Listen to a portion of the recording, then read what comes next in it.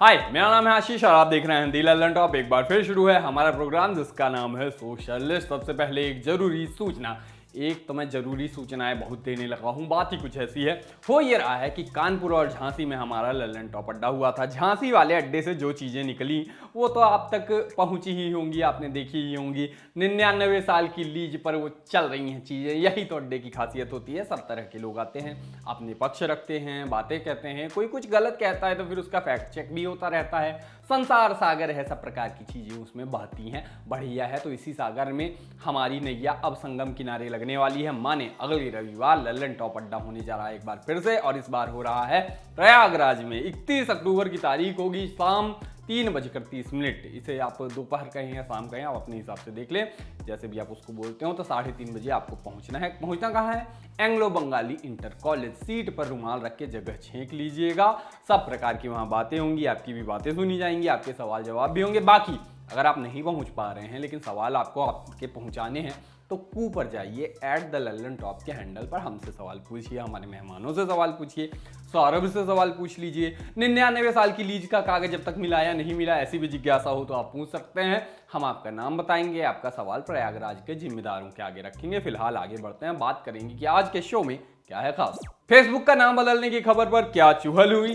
शाहीन अफरीदी आपके बारे में क्या जानते हैं कि इतना मुस्कुरा रहे हैं? इंडियन फैन को करने चले थे ट्रोल, मिला बड़ा कमाल का जवाब। पिक ऑफ द डे में करेंगे बात, कैसे पटना की फ्लाइट में भोजपुरी सुन के बम बम हो गए लोग। लेकिन सबसे पहले सोशल मीडिया के आज के दिन के मुख्य समाचार। एक्टर पुनीत राजकुमार की मौत से सब शॉक में थे। ट्विटर पर उनका नाम टॉप पे ट्रेंड हुआ, साथ में ओम शांति और कन्नड़ा जैसे शब्द भी ट्रेंड हुए। शॉकिंग और लाइफ इज अनप्रेडिक्टेबल जैसी बातें भी चली। नेता, अभिनेता, खिलाड़ी सभी उनको श्रद्धांजलि देते हुए नजर आए। फैंस उनकी पुरानी तस्वीरें और उनकी यादें शेयर कर रहे थे। गृह मंत्री अमित शाह आज लखनऊ में थे। बीजेपी सदस्यता अभियान की शुरुआत की। लखनऊ में एक जनसभा में बोलते हुए ये भी बोले कि अब उत्तर प्रदेश में 16 साल की बच्ची गहने लादकर स्कूटी पर रात को 12 बजे भी यूपी की सड़कों पर निकल सकती है। इस पर सोशल मीडिया के रायचंदों की राय आई। लोगों ने कहा, देश की 80 करोड़ जनता मुफ्त का राशन खा रही है, गहने और स्कूटी में पेट्रोल तो तुमने छोड़ा ही कहाँ है। किसी ने बताया कि 16 साल की लड़कियां जो गहने और पेट्रोल दोनों अफोर्ड कर सकती हैं, स्कूटी से नहीं मर्सिडीज से चलती हैं। #Fact check.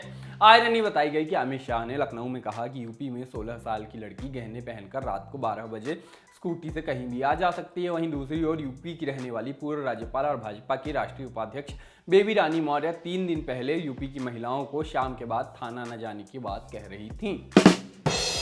वायरल है पुष्पक सेन की तस्वीरें, मिलान से आई हैं, जिनमें वो साड़ी और बिंदी में नजर आ रहे थे। साथ में एक पावरफुल सा कैप्शन था कि being a man in a sari would take me nowhere, they said. Guess करो कि दुनिया की फैशन कैपिटल्स में से एक की गलियों में कौन घूम रहा है? कपड़ों को जेंडर के हिसाब से डिफाइन नहीं किया जा सकता है। इस वाली बात को काफी अच्छे से स्थापित करती हैं ये तस्वीरें। 3 तस्वीरें हैं, आप देखिए।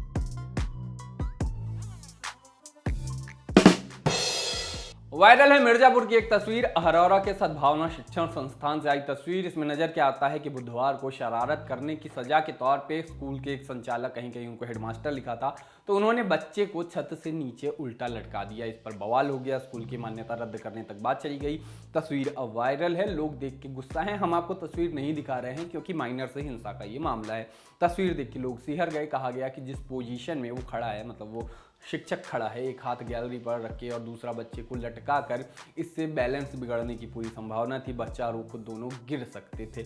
इस पर 307 का मुकदमा चलना चाहिए। लोग कहते मिले कि अब अगर इनकी इस लापरवाह हरकत से बच्चा छूटकर नीचे गिर जाता तो ऐसा कृत्य किसी परिवार को जीवन भर के लिए कितना बड़ा कष्ट दे जाता। बच्चे हैं, शरारत करते हैं, लेकिन उन्हें सबक देने या सिखाने का तरीका ये तो कतई नहीं हो सकता। लोगों ने आम जिंदगी में घुसी चली आ रही क्रूरता की बात की। कहा कि बात बात में उल्टा टांग देने का मुहावरा किस तरह सोच में समा गया है और हथियार बन गया है। एक इंसान में जाति और धर्म ने नफरत ठूसने में कोई जगह बची छोड़ दी होगी जहां इस तरह की क्रूरताएं स्थापित हो जाती हैं। हर आदमी एक दूसरे को ललकार रहा है, सबने भीड़ बना ली है और सब अपने आप में भीड़ हो चुके हैं। आप ऐसी कितनी तस्वीरों को देखकर शर्मनाक करेंगे। हर दिन क्रूरताओं की प्रचुर सप्लाई है। बाकी अगर आप भी उन लोगों में से हैं जिन्हें ऐसी तस्वीरों में कुछ गलत नहीं लगता है, आप इस बात को हंसी में उड़ा देते हैं कि अरे हमारे स्कूल में तो मास्टर जी पंखे में उल्टा लटका के मारते थे, तो आपको रुक कर सोचने की ज़रूरत है। ये पढ़ाने या सुधारने का कोई तरीका नहीं है और ऐसे टीचर्स की जगह स्कूल तो बिल्कुल नहीं है। या तो जेल है या कोई और बेहतर जगह, आप ज़्यादा अच्छे से जानते हैं।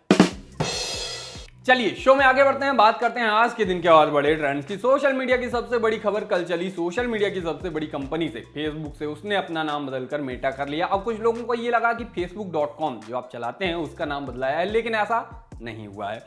उनका जैसे ब्रांड था फेसबुक, जो कि सोशल मीडिया कंपनी थी, अब वो हो जाएगी एक सोशल टेक्नोलॉजी कंपनी, मतलब मेटा। फेसबुक और उसकी तरह के बाकी के प्रोडक्ट जिनके बारे में लगातार खबर आती है कि फेसबुक ने इसको भी खरीद लिया, उसको भी खरीद लिया, वो सारे प्रोडक्ट अब मेटा ब्रांड की छतरी के नीचे आ जाएंगे। इसको ऐसे समझिए कि मान लीजिए आपकी गाड़ी है, वो चलती है पेट्रोल से, जो कि ईंधन है। तो अब पेट्रोल के दाम जब बढ़ गए तो आप कहिए कि ईंधन के दाम बढ़ गए, फिर डीजल के दाम बढ़ गए तो कहिए ईंधन के दाम बढ़ गए, फिर सीएनजी के दाम बढ़े तो कहिए कि ईंधन के दाम बढ़ गए, फिर एलपीजी के दाम बढ़े तो कहिए कि ईंधन के दाम बढ़ गए। ऐसा कहने से कोई फायदा नहीं होगा। और फेसबुक ने जो किया है उसका सच बताऊं तो इस उदाहरण से कोई लेना देना भी नहीं है। मैं तो बस आपको बुरा फील कराने के लिए ये सब याद करा रहा था। वैसे टमाटर के भाव भी बढ़ गए हैं। खैर, ब्रांड नेम बदलाया तो जनता को क्या ही लेना देना, लेकिन जनता को मजे तो लेने थे। जनता ने खूब मजे लिए भी। नीलेश मिश्रा ने लिखा कि बड़े मजे मजे में सबको यूं लपेटा है, ये जकरबर्ग ने जो नाम दिया मेटा है। चाहे ये हूं या फिर आधार मांगने वाले प्राइवेट कंपनियां, चाहे तेरा डेटा है, तेरे मैसेज, तेरी किस्तें, तेरी मेडिकल हिस्ट्री, बचा नहीं है बच्चों उनकी नज़र से अब कुछ। वो जानती हैं तेरा घर, तेरा पता, सब कुछ। अब जानेगा तू बचा नहीं होगा जब कुछ। कितनी गंदी तरीके से मैंने पढ़ा, जबकि अच्छे से लिखा था उन्होंने। यशस्वी नेताजी ने लिखा कि मेटा आगरा का पेठा से आता है। यह एक प्राचीन शब्द है जिसकी उत्पत्ति एटा जिला से हुई है। सही बेटा, राइमिंग करने वालों को बस मिल जाए, मतलब मौका मिल जाए, जनता चूकती नहीं है। ये सब एक दिन टीवी के प्रोड्यूसर बन जाएंगे। लोगों ने भी राइमिंग वाली बात पकड़ी, कहा फेसबुक अब मेटा हो गई है। वैसे इसका नाम बदलने का कोई खास मोटिव नहीं था, लेकिन अब हम कह सकते हैं कहाँ जाता है तुम्हारा डेटा बेटा, हम आसानी से कह सकते हैं मेटा। बस राइमिंग सेट करने के लिए जुकू ने ये बलिदान दिया है। नाम बदलने के लिए यूपी के मुख्यमंत्री योगी आदित्यनाथ भी काफ़ी फेमस हैं, इसलिए उन पर भी खूब जोक बने। कहा गया कि मेटा नाम होगा फेसबुक का। फेसबुक के संस्थापक मार्क जकरबर्ग ने योगी आदित्यनाथ से प्रभावित होकर फेसबुक का नाम बदलकर मेटा रख दिया। कल्पना के घोड़े पॉलिटिक्स के मैदान में और आगे तक दौड़ाए गए। कहा गया वैसे एक बात समझ नहीं आई, शहर का नाम बाबा बदल रहे, हर चीज को वो भगवा रंग में तब्दील कर रहे हैं, लेकिन बदलते हुए नाम और इस नीले रंग के लोगों ने ये सोचने पर मजबूर कर दिया है कि मार्क जकरबर्ग का टाई अप किससे हुआ है, बाबा से या बुआ से। लोग बोले फेसबुक का नाम बदलकर मेटा नाम किए जाने पर सभी मेटा वासियों को हार्दिक शुभकामनाएं। वैसे घेटा नाम रखते तो भी अच्छा। पॉलिटिकल जोक्स भी चले कि फेसबुक ने भी अपना नाम बदलकर मेटा रख दिया है, पर चमचे अपना अध्यक्ष नहीं बदल पाए। कुछ ने शॉर्ट में बात समझा दी कि मेटा मतलब फेसबुक का भी अल्फाबेट हो गया है। सोशल मीडिया पर वायरल है शाहीन अफरीदी की तस्वीर। तस्वीर क्या है, मीम टेम्पलेट बन चुकी है। लोग ये तस्वीर दिखाकर कह रहे हैं, जाने ऐसा क्यों लगता है इसको देख के कि शाहीन अफरीदी को आपके बारे में कुछ पता है और वो किसी को नहीं बताने वाले हैं। है क्या कि तस्वीर में शाहीन अफरीदी की बड़ी बदमाश सी स्माइल नजर आ रही है। अफगानिस्तान के सेरेना होटल के 5वें फ्लोर का किस्सा आपको पता ही होगा, नहीं पता हो तो भी आपको बधाई। आप मुझे ड्रग दो छाप विष कुंड से बचे हुए हैं। मेंटल हेल्थ जरूरी है, जो उसके रेफरेंस ना भी पता हो तो चल जाएगा जीवन। लोगों ने मजे लिए कि शाहीन अफरीदी सेरेना होटल में 7वां फ्लोर बनाने के बारे में सोचते हुए किसी ने फोटो लगाकर कहा कि ओयो का स्टाफ आपको चेकआउट के दौरान देखते हुए। किसी ने फोटो लगाकर कहा नहीं बाबू, ये रिलेशनशिप सिर्फ सर्दियों के लिए नहीं है, हम 7 जन्म तक साथ रहेंगे। किसी ने शाहीन अफरीदी को आपके उस कलीग की तरह दिखाया जो जानता है कि आपने झूठ बोलकर सिक लीव ली, लेकिन वो मैनेजर को नहीं बताना चाहता। लोगों ने शाहीन को उस इंसान की तरह बताया जो कमरे में बदबू फैला देता है और बिना एक शब्द कहे स्वीकार कर लेता है कि हाँ ये वही है। किसी ने मीम चलाया, भाई तेरा पोस्ट ऑफिस खुला है। बचपन में बहुत हंसते थे हम लोग इस जोक से। फोटोशॉप की भी फोटो चली कि जब वो आपसे कहे मैं सिर्फ तुमसे बात करती हूँ, तब उसका मोबाइल कुछ ऐसे आपको देखता है। उस दोस्त से तुलना हुई जो कहता है कि तुम लोग ऑर्डर करो, मैं नहीं खा रहा है। ऐसे लोग इतने भक्कड़ होते हैं, खुद पहले करते गुजराते नहीं, मतलब कि मैं तो खाऊंगा ही नहीं, फिर जब आ जाएगा खाना सब बकोस लेंगे, ये कह कि अरे मलाई चाप वो तो मेरा फेवरेट है। थानोस के आगे भी शाहीन अफरीदी को खड़ा कर दिया गया। बहुत सही मीम था वैसे ये।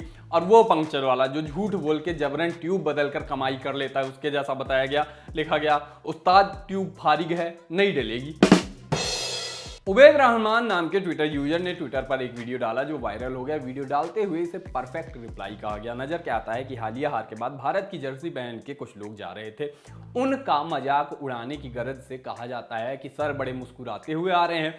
आगे 10 विकेट की हार पर भी चिकाई लेने की कोशिश की जाती है, लेकिन बंदा जिसने भारत की जर्सी पहन रखी थी उसने पलट के बड़े सही से जवाब दिए। वो गुस्सा नहीं होता है, टेम्पर नहीं होता है, खेल की बात करता है, पाकिस्तान के खिलाड़ियों की भी ईमानदार तारीफ करता है और अंत में सब हंसी खुशी अपने अपने घर चले जाते हैं। खेल को कैसे सिर्फ खेल जैसे देखा जाना चाहिए और एड बनाने वाली कंपनियों को अगर ये समझना हो कि उनकी क्या नैतिक जिम्मेदारियां हैं और उनके विज्ञापन के लिए थोपा हुआ बड़बोलापन कैसे जेन्युइन फैंस के लिए शर्मिंदगी का कारण बन जाता है, ये सब देखने समझने के लिए ये वीडियो आप देख सकते हैं। वीडियो एक यूट्यूब चैनल स्पोर्ट्स इम्पैक्ट पर है, इसलिए कॉपीराइट के पचड़ों में ना पड़ने के लिए हम आपको दिखा नहीं रहे हैं, लेकिन आप खोज के देखिएगा, बहुत सही चीज़ है ये। सोशल लिस्ट में अब बारी है पिक ऑफ द डे की और पिक ऑफ द डे में आपको दिखाते हैं एक वीडियो। ये वायरल है, दिल्ली से पटना जा रही फ्लाइट में हुआ एक अनाउंसमेंट है। बेसिकली जो वायरल हो रहा है ये अनाउंसमेंट भोजपुरी में हुआ, जिसके बाद वीडियो खूब चल पड़ा। भोजपुरी बोलने वाले लोग एकदम बम बम है, कह रहे हैं कि भोजपुरी को अच्छी पहचान मिल रही है। देवेंद्र एन तिवारी नाम के पत्रकार ने ये वीडियो ट्विटर पर डाला, साथ में जानकारी दी कि इंडिगो की पटना फ्लाइट के क्रू ने भोजपुरी में ब्रीफिंग की।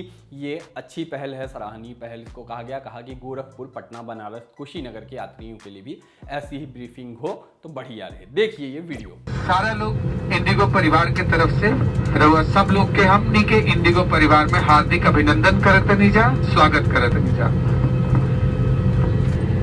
आज थोड़ा सा हल्का लोड बा, अभी तक दिवाली छठ के टाइम आ गई बा, वापस आए में ज्यादा भीड़ रहा था, जाए में थोड़ा कम। भोजपुरी समझ में आओ था सब कोई के हिंदी में ट्रांजिशन करी। भोजपुरी ठीक बा, बहुत बढ़िया। और बिहार में तो बहुत भाषा बा, मगही, मैथिली, ठेठी, मगर हमरा के खाली भोजपुरी आवेला। बाकी आज के सोशल लिस्ट में इतना ही। मुलाकात होगी अब सीधे सोमवार को, तब तक के लिए हम चले, अपना ख्याल रखिए, टाटा।